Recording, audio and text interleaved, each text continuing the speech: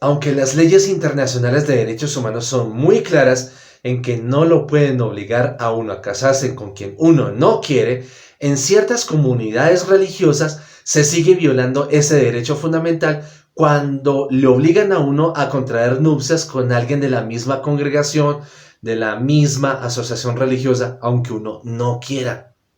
Hoy en Libertad Religiosa para Todos les voy a enseñar cómo el derecho al matrimonio, como un derecho religioso, va mucho más allá del simplemente acto de contraer nupcias. Así que les voy a enseñar por qué este tipo de derechos son los que a mí más me han convencido de trabajar como defensor de derechos humanos y dentro de mi trabajo como rabino también servir como ministro interconfesional. Empecemos.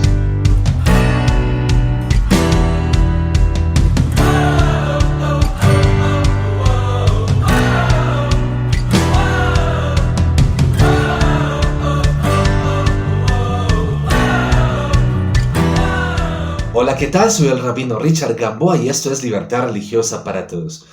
Muchas gracias a las personas que se han suscrito recientemente a este canal, ya que gracias a la suscripción de ustedes podemos lograr que esta información llegue a tantas personas como sea posible.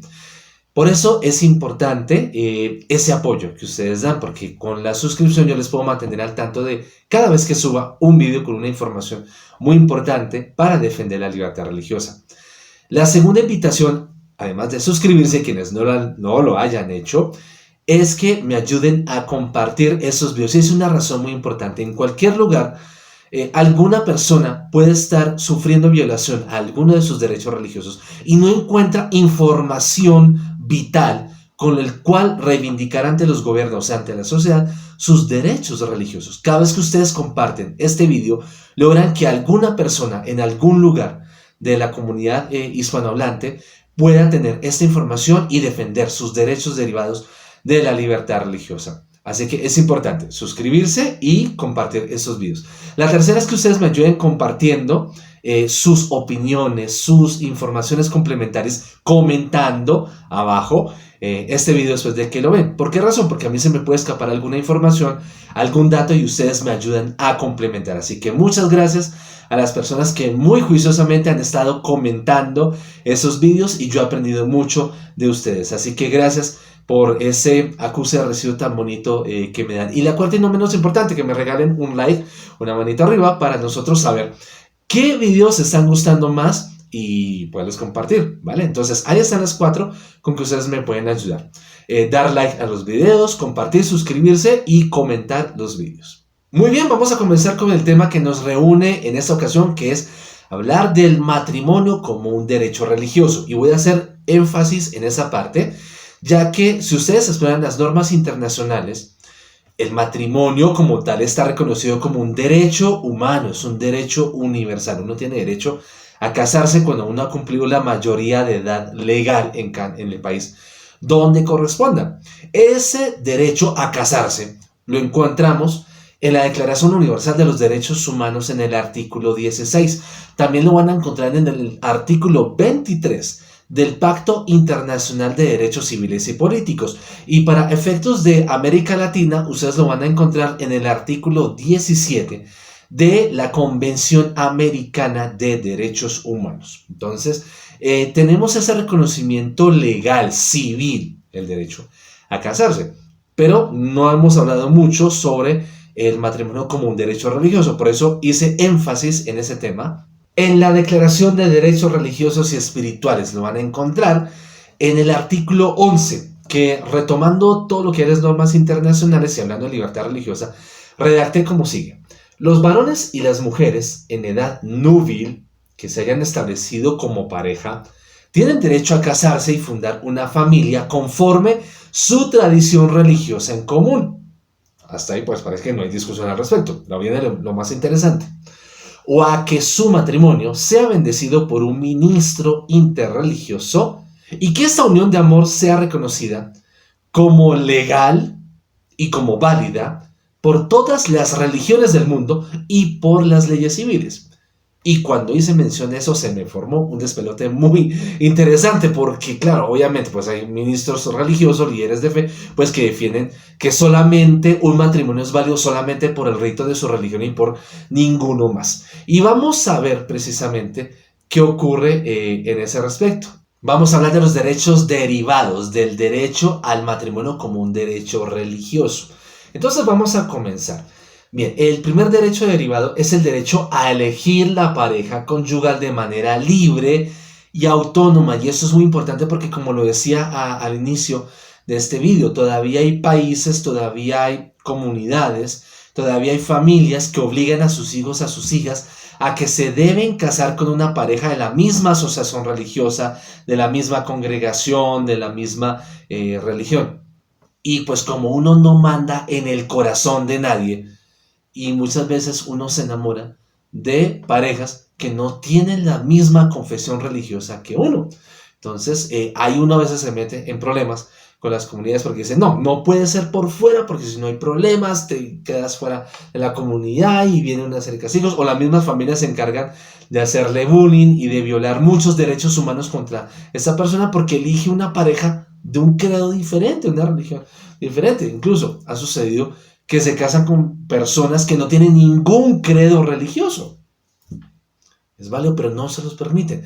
Entonces es importante que ustedes sepan que existe el derecho a elegir pareja conyugal de manera libre y autónoma. Y aquí voy a hacer una salvedad, porque en ciertas comunidades religiosas existe la figura del casamentero, que es una persona que sirve como, hagan de cuenta, como una agencia matrimonial, como un emparejador, una persona que se encarga de ayudar a las personas a conseguir pareja, bueno, entre de la comunidad. Pero es diferente porque uno ha solicitado la ayuda del casamentero y el casamentero, la casamentera, le muestra a uno varios prospectos, varios candidatos o varias candidatas según sea el caso, y pues uno elige pues el que más va llamando la atención y uno va mirando si cómo la relación puede funcionar con esa persona y bueno, si la cosa va muy bien y se concreta, pues puede haber motivos para contraer matrimonio. Pero mira cómo empezó. Uno decidió pedir ayuda de un casamentero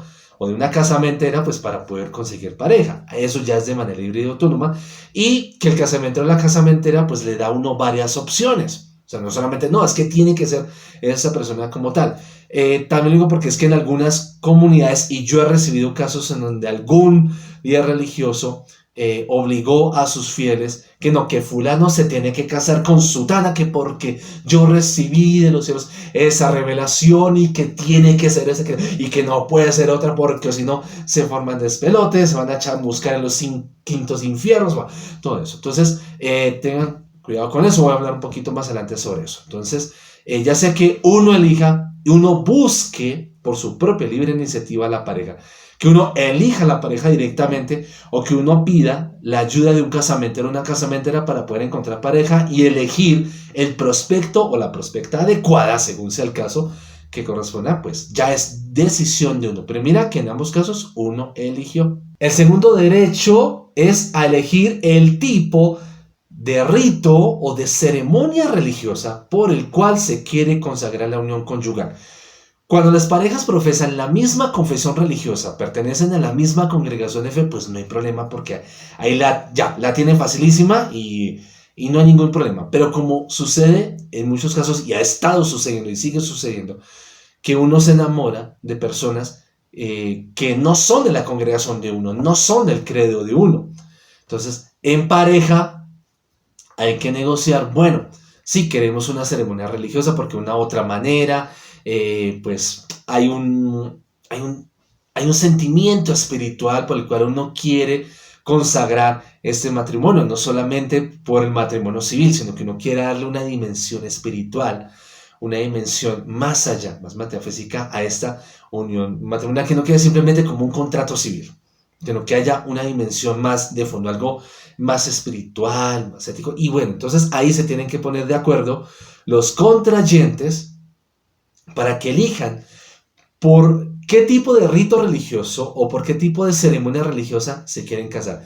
Y ahí ni los familiares de los contrayentes ni los líderes religiosos pueden intervenir. Hay que dejar que la pareja, por su propia libre iniciativa, decida qué quiere cuando son de credos diferentes. Recuerdo que esto no se aplica cuando son de la misma congregación o del mismo creo, porque es más fácil manejar la situación. El tercer derecho es el derecho a acceder a los servicios litúrgicos de un ministro interconfesional en caso de que el credo de alguno de los contrayentes no reconozca, no autorice la celebración de una boda interreligiosa. Ha pasado muchos casos en donde en la asociación religiosa, en la iglesia, en la congregación, en la comunidad, no permiten que uno de sus fieles se case con una pareja de otro credo, de otra asociación religiosa, de otra religión, eh, pero se quieren casar. Entonces uno no puede obligarlos a que se tienen que casar por este rito, si no, no vale y habrá problemas. No, los contrayentes tienen ese derecho a elegir por cuál rito o por cuál ceremonia se quieren casar. Y tiene que ser una decisión de los dos. Ahí nadie más debe intervenir, ni las familias ni los líderes religiosos. El siguiente derecho es el derecho al reconocimiento social y el reconocimiento público de esa unión matrimonial. Bien, vamos a hablar de esa situación porque es muy importante. Tengan en cuenta que el matrimonio no solamente es una unión civil para los creyentes, implica también una consagración espiritual como familia, como pareja, para recibir bendiciones y consagrar espiritualmente esa unión matrimonial. Cuando los contrayentes, generalmente sucede con matrimonios interreligiosos, ni que sus congregaciones no les reconocen, deberían reconocerlos porque han tomado una decisión pública. Cuando uno se casa, esa no es una decisión privada, esa es una decisión pública. Cuando uno contrae nupcias, incluso cuando uno realiza matrimonio civil ante notario público, eso es un testimonio público. Uno está poniendo, como dicen, poniendo la cara ante la sociedad, ante la opinión pública, y está diciendo, mira, yo con esta pareja hemos tomado la determinación de que queremos formar una familia, un matrimonio, y bueno, en el caso civil, pues es un contrato conyugal de bienes mancomunados, que es la figura jurídica para un matrimonio, pero eso es público, porque se hace ante todo el público, y aunque haya 2 testigos o 3 testigos, igual, eso es público. Entonces, y hay un reconocimiento del Estado frente a eso. Así que, cuando hablamos del derecho al reconocimiento social y público de las uniones matrimoniales, no solamente estamos hablando de que los contrayentes también tienen derecho a que, así no se hayan casado por un rito determinado o el otro, igual hay que reconocerles esa unión matrimonial. Pero también implica un derecho que tienen las entidades religiosas. Cualquier congregación religiosa tiene el derecho a que la celebración matrimonial, a que el oficiamiento del casamiento tenga un reconocimiento por parte del Estado. Por eso es importante que los representantes legales de entidades religiosas, los ministros de culto que me están escuchando, es importante que ustedes hablen con sus gobernantes, hablen con sus legisladores, para que se les reconozca los efectos civiles de sus matrimonios religiosos. En muchos países todavía no ocurre eso. En mi país, en Colombia, todavía hay mucho que hacer porque solamente unas pocas iglesias tienen ese derecho. Hay muchas entidades que no se les reconoce efectos civiles a sus matrimonios religiosos. Entonces toca jugar con la norma. Entonces, ¿qué toca hacer? Primero que se casen por lo civil y luego se les pueda oficiar la ceremonia religiosa. Pero esperemos que algún día sea una norma internacional, que ojalá la Asamblea General de las Naciones Unidas saquen una resolución vinculante de obligatorio cumplimiento para todos los gobiernos de todos los países del mundo sin excepción, y que ningún gobierno pueda pelear con eso o objetarlo, que cualquier matrimonio religioso tiene efectos civiles. El siguiente derecho es el derecho al respeto a las creencias religiosas del cónyuge que no comulga con el rito por el cual se está celebrando la boda. ¿Qué quiere decir eso? Que si me estoy casando por un rito y mi pareja pues no es de ese rito por el cual nos estamos casando, pero ella, pues bueno, no se identifica, pero digo, bueno, decidimos que juntos, por negociación, que fuera la ceremonia matrimonial por este rito. Entonces, el derecho que tiene mi pareja es a que se respete sus creencias religiosas y que no se le niegue el derecho a mantener sus creencias religiosas, así se esté casando por este rito. Que no se le obligue a mi pareja a que se convierta a mi religión, a mis convicciones religiosas, para que se pueda casar por este rito por el cual estamos celebrando nuestras nupcias. Hablemos ahora acerca de las violaciones contra el derecho al matrimonio religioso. Vean, la primera violación es el emparejamiento no deseado.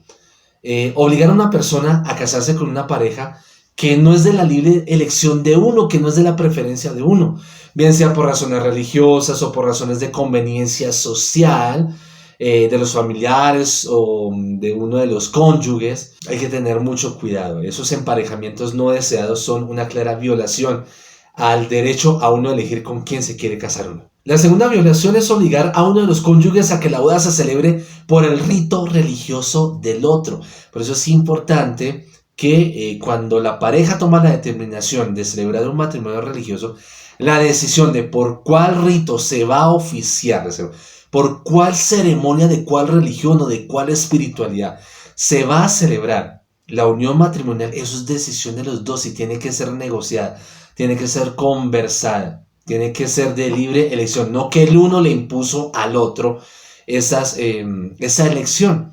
Entonces, es una violación contra el derecho al matrimonio religioso obligar a una persona a que se tiene que casar por el rito religioso del otro cónyuge. Eso no se debe realizar. Por eso es importante, antes de la boda, preguntarle, y yo le pregunto a los cónyuges, si están de acuerdo con que la boda se celebre por este rito. Y yo le pregunto, y yo le hago varias preguntas a la persona que no hace parte de la creencia religiosa del rito por el cual pues, se va a oficiar y que yo estoy oficiando, si ella está de acuerdo, qué piensa, cómo los ritos, y yo le explico todos los ritos que van dentro de la ceremonia y las plegarias que se van a hacer, y yo le pregunto, ¿estos símbolos, estas plegarias, chocan con tus creencias religiosas?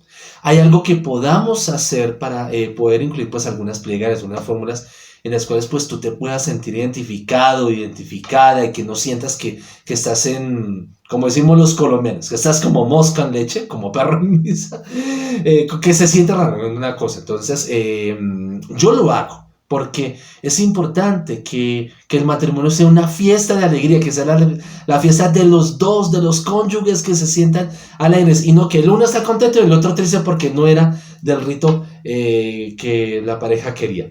Otra violación al derecho al matrimonio como un derecho religioso es desconocer, oigan bien, desconocer la autoridad clerical, en especial de los ministros interconfesionales cuando se trata de matrimonios interreligiosos. Y aquí quiero hacer un llamado al orden, un llamado de atención a todos los ministros de culto, líderes religiosos de todas las creencias religiosas, de todas las espiritualidades, sin excepción alguna.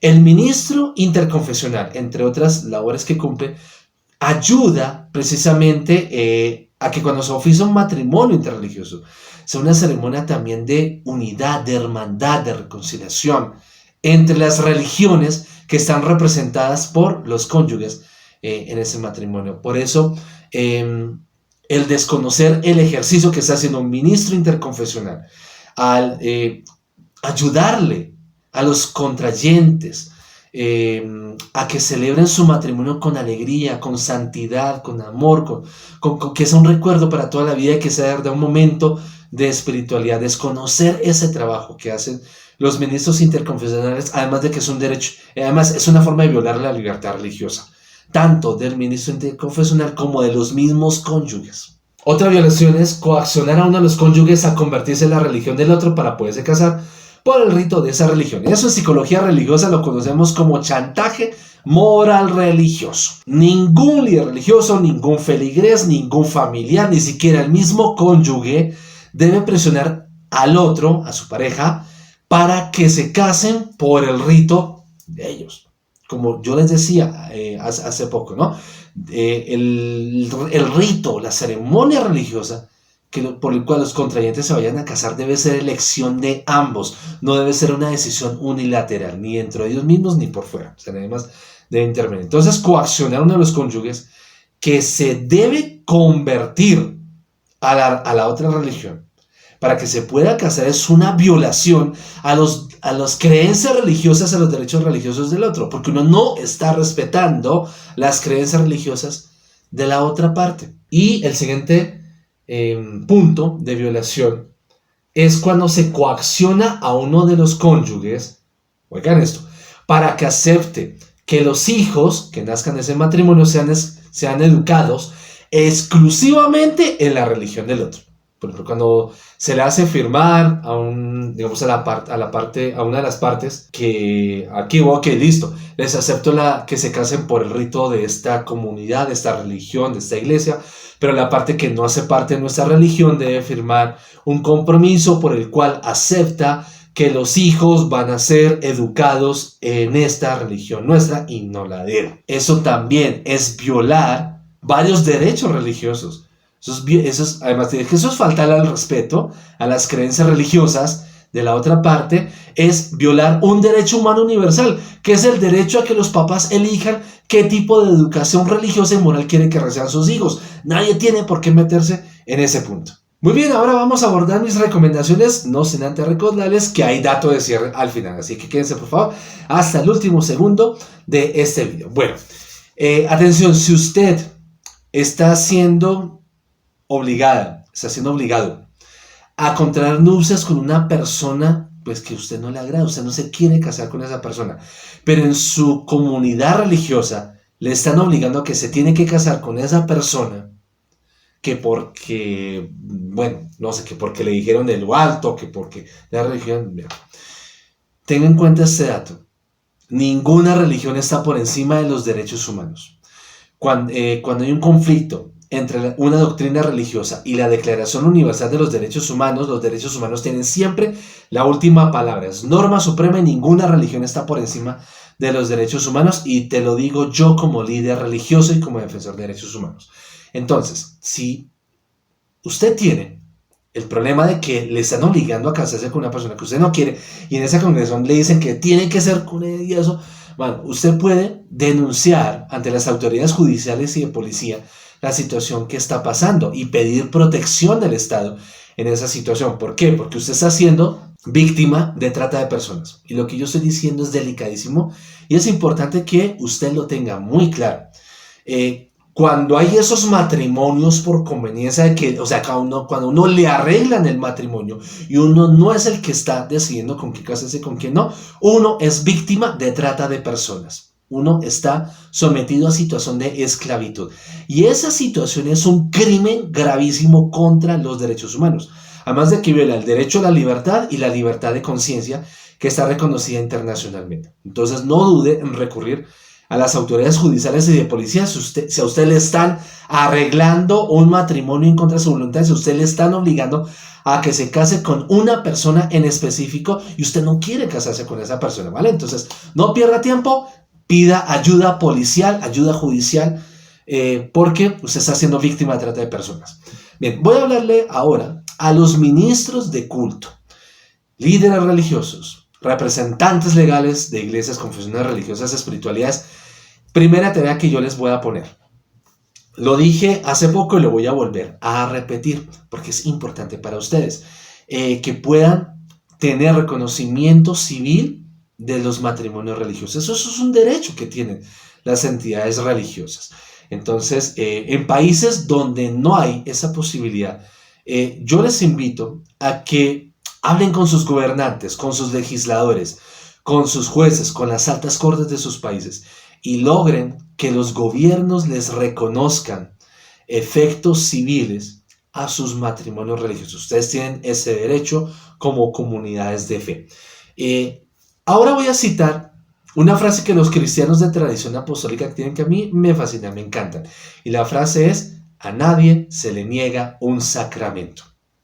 Pues bien, yo les invito, líderes religiosos, mi recomendación para ustedes es que ustedes puedan establecer en sus doctrinas religiosas o en sus ceremoniales religiosos puedan también tener lineamientos litúrgicos, lineamientos pastorales para atender matrimonios interreligiosos. Esta es una realidad.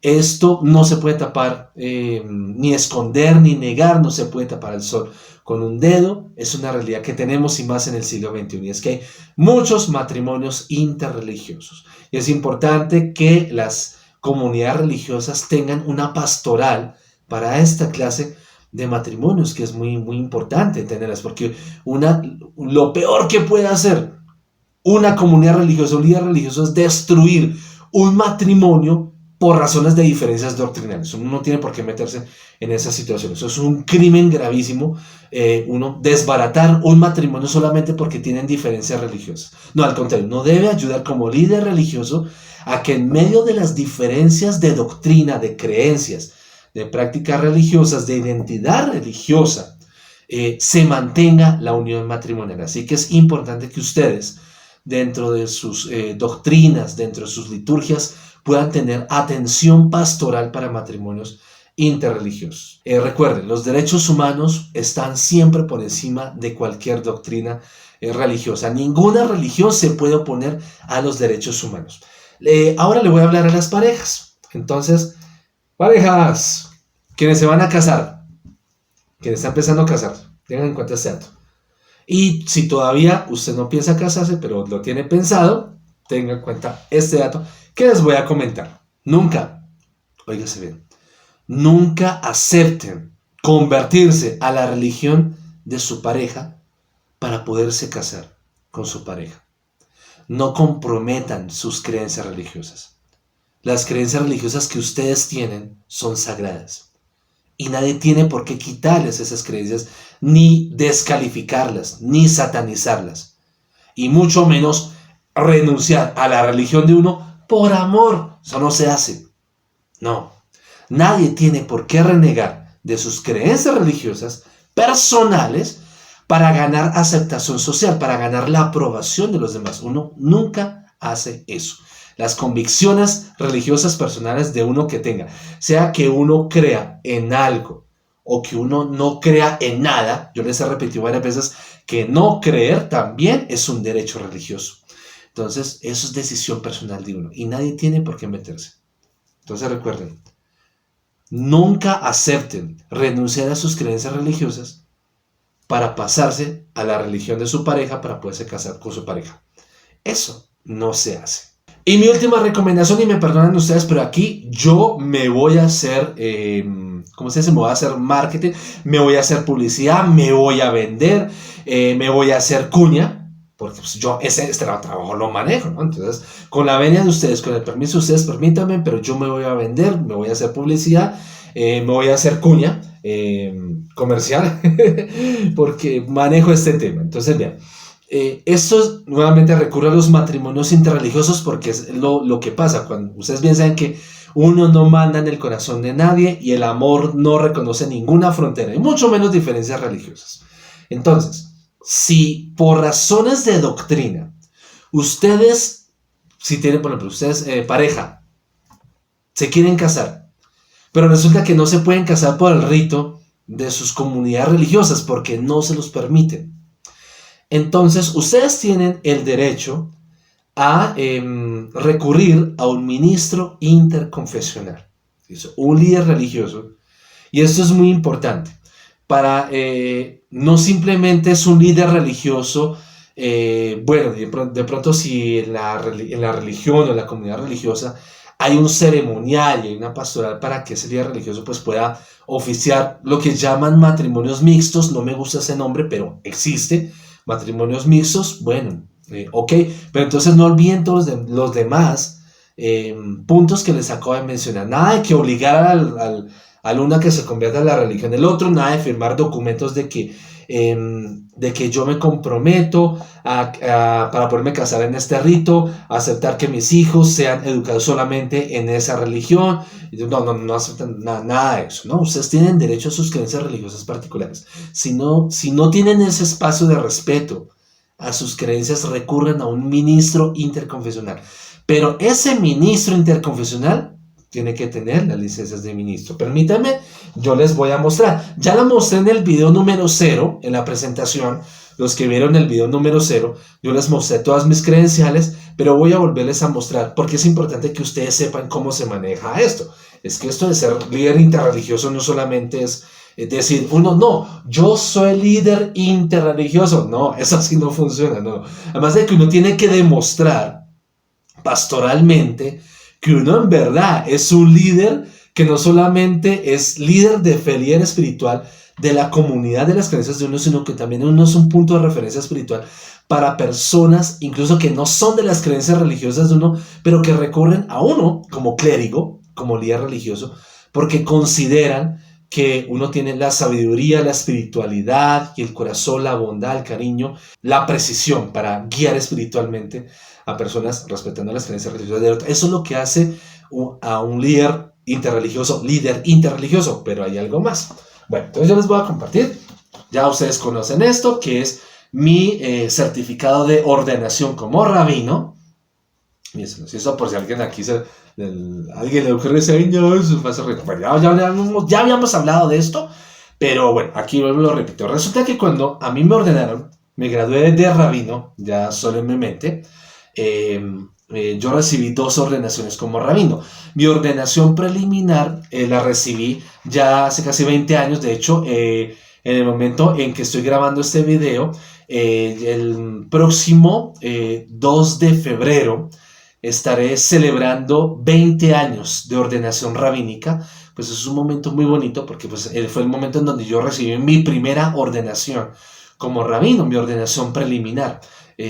Antes de mi graduación solemne como rabino con todos los juguetes que implica ser un rabino en la comunidad judía. Entonces, yo celebro mi aniversario de ordenación el 2 de febrero. Entonces vamos a ver, yo creo que por Facebook Live estaré transmitiendo algún vídeo en directo, compartiendo algunas reflexiones, pues como no nos podemos reunir porque estamos en pandemia, en Bogotá pues estamos en cuarentena estricta, entonces no va a haber reunión con nadie. Entonces por Facebook Live estaré compartiendo un poco de mi experiencia en esos 20 años de vida como rabino. Ya ha pasado bastante tiempo, ¿eh? Bueno, entonces cuando me gradué, ya mi graduación solemne como rabino, como tal, a mí me otorgaron licencias, perdón, permítanme, ponemos acá, vieron, licencias como ministro interconfesional, y aquí está mi credencial que me certifica como ministro interconfesional, como ministro interreligioso, y con esta credencial, pues ese es el permiso, la licencia que yo tengo para realizar diferentes labores interreligiosas. Entre otras, gracias a esta credencial, yo tengo licencia para oficiar matrimonios interreligiosos. Entonces, bueno, que ustedes sepan, si tienen parejas que no han podido casarse porque por sus diferencias religiosas, esperemos que termine la pandemia lo más rápido posible. De hecho, hay 2 matrimonios que los estoy animando todavía porque tocó aplazarlos por la pandemia. Entonces esperemos que termine todo esto rápido y pues oficiaremos el matrimonio para estas 2 parejas tan bonitas que de verdad han sido muy perseverantes en su amor en medio de esta situación tan tremenda que nos ha tocado pasar, que es la pandemia del COVID-19. Bueno, entonces sepan que no simplemente un ministro interconfesional se autoproclama, eso es importante, y eso para todo. Mira, uno también recibe graduación, licencias como ministro interconfesional, y esto es lo que autoriza poder realizar esta pastoral como ministro interreligioso. Y además porque yo me formé profesionalmente, académicamente, para hacer esto. Entonces, para toda esta labor interreligiosa, no solamente es vocación, también han sido años de universidad, han sido ya casi 15 años de estudios universitarios, pues para poder, por eso miren, aquí yo les estoy compartiendo a ustedes 15 años de universidad más 12 años de trabajo fuerte en defensa de la libertad religiosa. Entonces, ya saben, entonces si ustedes ven que no es posible que ustedes puedan, parejas que se van a casar, si ustedes no pueden encontrar un lugar, un ministro religioso, un líder religioso que les que les bendiga su matrimonio, porque las doctrinas de sus congregaciones no se los permiten, recurran a un ministro interconfesional. Y pues aquí estoy yo en lo que le pueda servir de ayuda a estas parejas, a esos matrimonios que quieren consagrar su amor, el inicio de su familia como una familia bajo la bendición espiritual, bajo la bendición de Dios. Y para mi dato de cierre voy a citar a mi maestro, el reverendo Sun Myung Moon. Él escribió unos años antes de morir, en el año 2009, cuando recibí clases con él en Corea. Él escribió su autobiografía llamada Un ciudadano global que ama la paz. Se la recomiendo muchísimo, es muy linda la experiencia que él tiene. Mucho de lo que yo sé como líder interreligioso, muchas de las cosas que yo sé del trabajo interreligioso que he realizado, me lo enseñó él, Sun Myung Moon. Entonces, voy a compartir con ustedes un dato. Él se preocupó, entre otras cosas, una de sus preocupaciones era la santidad de los matrimonios, que los matrimonios fueran verdaderos laboratorios de paz, de amor verdadero. Él insistía mucho esa palabra, el amor verdadero, el amor de verdad, el amor que va más allá de todo interés y que es de verdad, que sale desde el corazón, de una convicción real, porque uno ha estado conectado al amor de Dios. Entonces, esa conexión bien. Entonces, les voy a compartir de la autobiografía de Sun Myung Moon, un ciudadano global que ama la paz.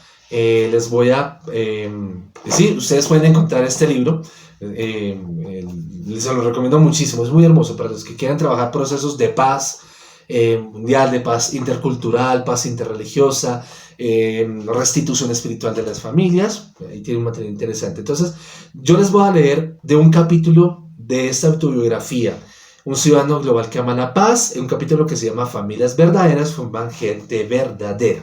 El matrimonio es la unión de dos personas, pero implica mucho más, ya que en definitiva crea lazos entre dos familias y más aún entre dos clanes o tribus, y hasta puede implicar la unidad en armonía entre dos países. Es aceptar la cultura del cónyuge y superar rencores históricos, es ir uniéndose. Una unión en matrimonio entre una persona coreana con una persona japonesa es la unión en armonía de Corea y de Japón. Cuando se unen en matrimonio una persona blanca con una persona negra, es la unión en armonía de las razas blanca y negra. Y los hijos de esa unión son seres armonizados que han heredado al mismo tiempo la sangre de ambos pueblos. Y así, luego de varias generaciones, desaparecerán las divisiones u hostilidades entre naciones y razas, convirtiendo a toda la humanidad en una sola familia, pudiendo crear así un mundo pacífico. De Sun Myung Moon, un ciudadano global que ama la paz. Entonces, ahí tenemos la tarea. Cuidar mucho esos matrimonios para que cuidemos las creencias religiosas de esos matrimonios. Cuando ayudamos a respetar las creencias religiosas de cada uno de los cónyuges, cuando respetamos el derecho de los cónyuges de decidir por qué tradición religiosa quieren educar a sus hijos, más si los quieren educar en ambas religiones, que es una invitación que yo hago también, porque uno aprende a querer los dos credos y aprende que es más lo que nos une que lo que nos separa. Pues después de todo, somos hijos e hijas de Dios. Cuando aprendemos a respetar el derecho a formar un matrimonio y el derecho a consagrar ese matrimonio por una bendición espiritual, y cuando brindamos como líderes religiosos, como familias, como sociedad, todo lo que necesiten esas familias para que puedan cultivar esa espiritualidad matrimonial y puedan construir un matrimonio de acuerdo a sus códigos morales y éticos propios y puedan ayudar hacia la sociedad, créanme, así estaremos ayudando a que haya libertad religiosa para todos. Muchas gracias por su acompañamiento y nos vemos en una próxima ocasión. Hasta entonces.